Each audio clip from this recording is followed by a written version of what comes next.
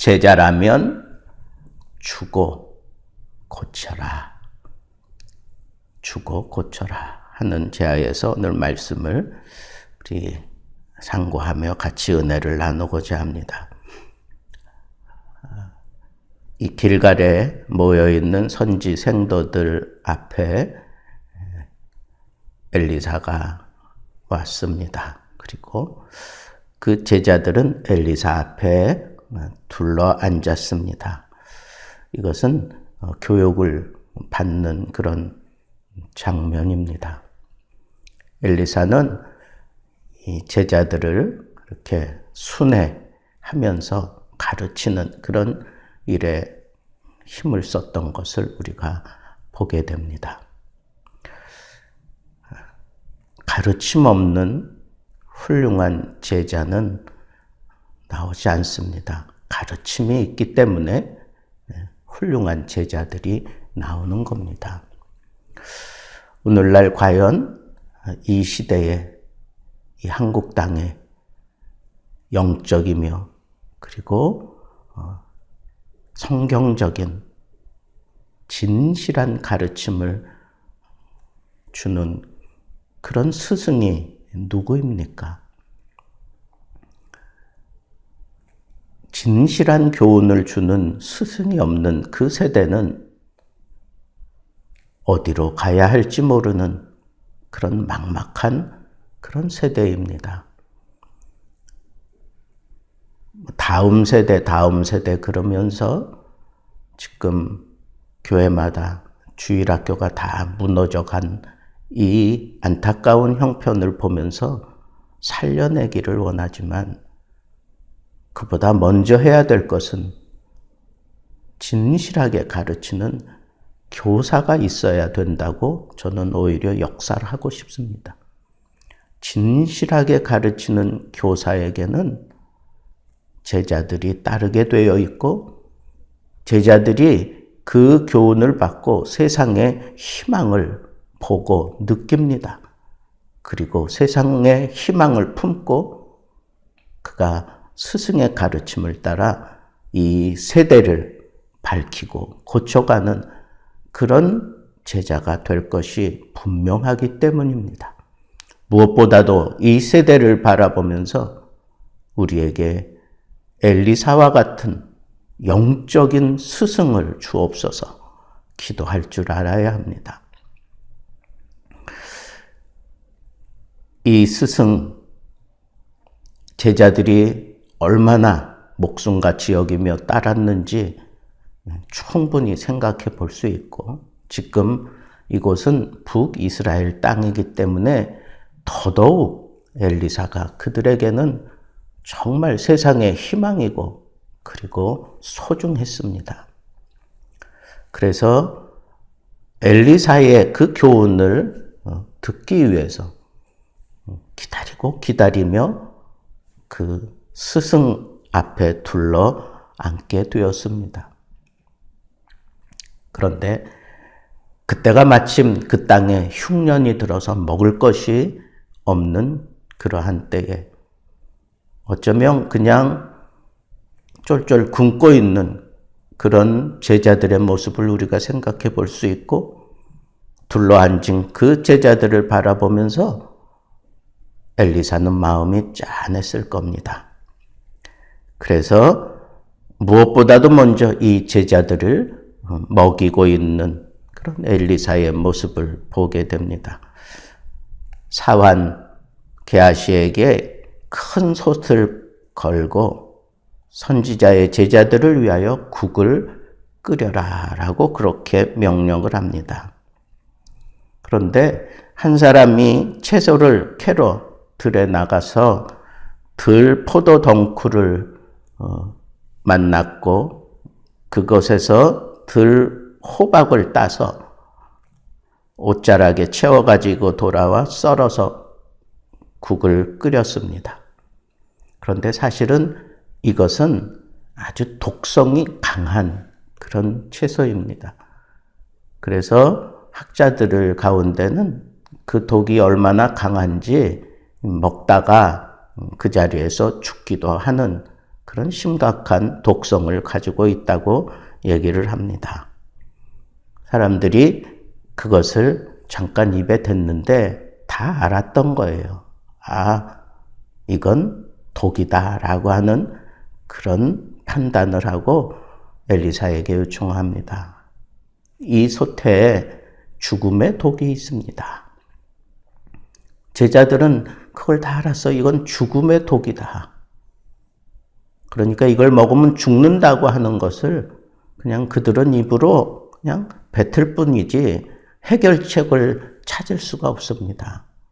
그저 스승에게 고할 뿐이었습니다. 그때 엘리사가 그러냐? 그러면 가루를 가져와라. 그 가루가 뭔지는 모르겠지만 그 가루를 가져왔을 때 그것을 엘리사가 그 솥에 뿌리니까 그 독이 제하여지고 그 채소를 먹을 수 있었습니다. 또 한 사람이 바알 살리사에서부터 처음 만든 떡, 보리떡 20개와 또 자루에 담은 채소를 하나님의 사람에게 드렸습니다.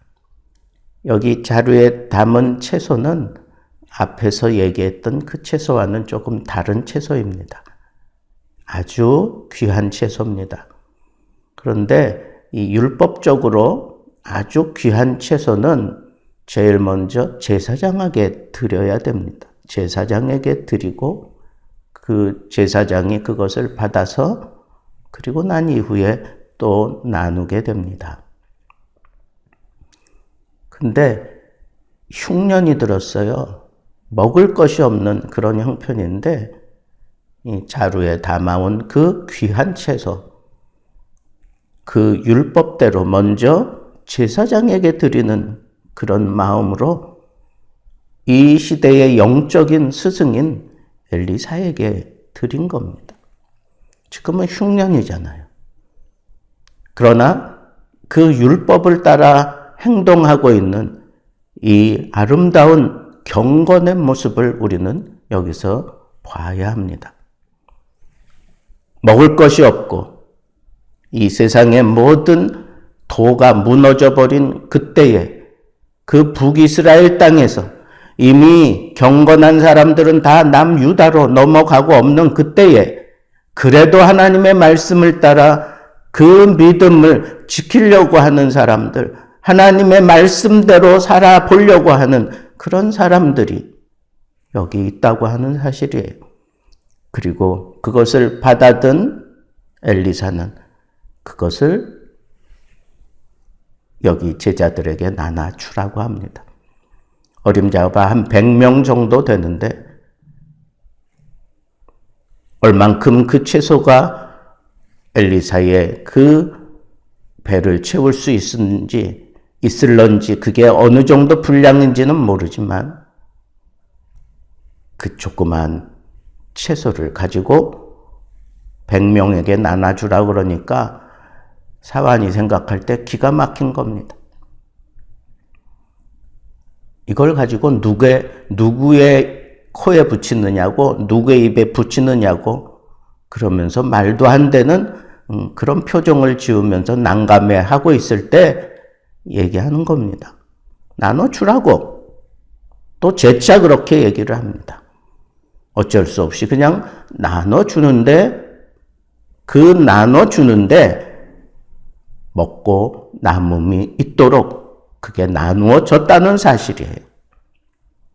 여러분 기억나십니까? 오병이어의 기적을 기억하세요? 마치 그 장면 같지 않습니까? 엘리사가 그 제자들에게 실물 교육을 하고 있습니다. 정말 소중한 양식, 엘리사도 먹어야 되잖아요. 그리고 제자들에게는 다 채워지지 않는 그런 양식이지만 엘리사는 나눠주라고 그 명령을 따라 나누었을 때 엘리사의 말대로 먹고 남음이 있었어요. 여호와의 말씀이 그들이 먹고 남으리라 하셨으니 나눠주라고. 어떻게 그게 돌아갔는지 우리는 성경이 밝히지 않으니까 몰라요. 그냥 결과만 우리에게 주어져 있어요. 말씀하신 대로 먹고 남음이 있었더라. 여러분, 우리의 믿음이 이거 아닙니까? 어떻게 이루어질 것인지는 우리의 머리를 따라, 우리의 이성을 따라, 우리의 판단을 따라 하나님의 역사하심이 이루어지기도 하지만 그것을 뛰어넘어서 이루어지는 것, 그것을 바라보는 게 그게 믿음이에요. 믿음은 바라는 것들의 실상이에요. 보지 못하는 것들의 증거입니다. 엘리사는 제자들에게 교육을 할 때 일반적인 지식만 가르친 게 아니에요. 믿음을 가르쳤습니다. 예수 그리스도께서 원하시는 제자들의 모습을 그려가면서 오늘 이 말씀을 들여다보면 이 말씀이 나에게 주시는 말씀이구나 라고 하는 그런 사실을 깨닫게 됩니다. 두 가지 아니에요? 독으로 가득 찬 그 독 안에 가루를 던졌더니 독이 제하여졌어요. 제자들은 이 상황을 보면서 그래, 나도 저 가루와 같이 이 쓴 형편에 내 한 몸 희생해서라도 이 독으로 가득 찬 세상을 바꾸어야 되겠다. 이것이 나에게 주시는 교훈이다 라고 하는 그런 도전을 받지 않았을까요? 이것이 제자의 사명이에요. 예수님이 예수 믿는 사람들에게 하늘나라 백성에게 주신 교훈, 그 두 가지가 이거 아니에요? 너희는 세상의 빛과 소금이라 그랬어요. 빛과 소금은 어둡고 쓴 형편을 밝히고 바꾸어내는 겁니다. 그것을 위해서 가루가 되어서 녹아지는 거예요. 소금과 같이 녹아서 이 세상에 톡톡하게 자기 역할을 하는 것, 그게 바로 우리 주님이 기대하는 제자의 모습입니다. 눈에 없어지고 그냥 녹아지니까 아무 힘이 없는 것 같지만 녹아져서 그 쓴 형편을 바꾸어 놓고야만은 썩어져가는 이 세상의 그 부패들을 더 이상 진행하지 못하도록 차단시켜버리는 그런 강력한 힘을 발휘하는 그런 제자들이 되어야 합니다. 또 하나는 너희가 먹을 것을 주라는 겁니다.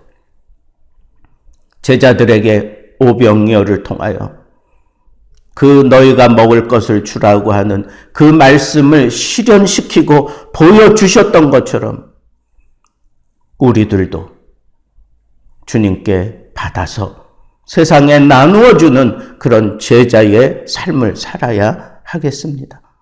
무언가 내가 받은 것이 있다면 나누어 줄 수 있어요. 주님께로부터 무언가 받은 것이 있다면 나누어 줄 수 있습니다. 그런데 놀라운 것은 작은 동전 한 입처럼 주면 차고 넘치고 감당할 수 없는 그런 놀라운 일들이 일어나는 것을 우리가 보게 된다는 겁니다. 내 손에 들려있는 작은 한 덩어리가 나누어 주기 시작하면 다 배불리 먹고 남는 그런 놀라운 역사가 일어나는 것, 그것이 제자의 특권이에요. 그것이 오늘 우리가 하나님께 받은 예수 그리스도를 믿는 사람들의 특권이란 말입니다. 엘리사는 이 특권을 가르쳤습니다. 우리에게 분명하게 보여주고 있습니다. 진정한 스승이라면 제자들에게 바른 교훈을 보여주는 겁니다. 평생 잊을 수 없는 그런 교육을 하는 겁니다. 이 사건 잊혀질래야 잊혀질 수 없는 그런 교육으로 이 제자들의 마음속에 새겨졌을 것입니다. 그리고 그 교훈을 따라 이 제자들은 나가서 세상을 쓴 형편의 세상을 바꾸어내고 허덕이고 있는 사람들에게 하늘의 양식을 증거하며 살았을 것은 분명합니다. 저는 두 가지 차원에서 오늘 말씀을 정리했습니다. 오늘 이 시대도 엘리사와 같은 영적인 스승, 예수 그리스도의 모형이 될 만한 영적인 스승이 필요하다. 그리고 그의 가르침을 따라 성경의 분명한 가르침, 하나님의 도를 분명하게 증거하는 그 가르침은 이 세상을 변화시키는 겁니다. 그리고 이 세상에 하늘의 양식을 주는 겁니다. 그것을 따라 우리는 참 스승이고 참 제자임을 가려내는 것뿐입니다. 오늘 우리에게 주신 이 사명, 나도 예수 그리스도의 피로 구속함을 받고 예수 그리스도의 교훈을 따라 사는 제자라고 하는 이 분명한 사실을 우리가 믿는다면 이 두 가지 사명을 잊지 말아야 합니다. 내 주변에 쓴 형편이 있는 사람들, 눈을 돌리는 곳마다 얼마나 많습니까? 세계가 이제는 한눈에 들어옵니다. 파키스탄에는 엄청난 홍수가 쏟아 부어져서 이재명이 몇천만 명이 되었습니다. 순식간에 몇천 명이 다 죽어버렸습니다. 이런 심각한 이런 상황, 세계가 그거 달라붙어도 해결하기 힘들다고 그렇게 뉴스에서 떠들어대고 있는데 과연 우리는 이 세대를 한눈에 바라보면서 과연 우리는 무엇을 해야 할까요? 아니, 내 주변에 있는 영적으로 허덕이고 있는 사람들, 먹을 것이 없어서 기웃기웃거리고 있는 사람들, 그런 사람들에게 우리가 눈을 돌려야 되지 않을까요?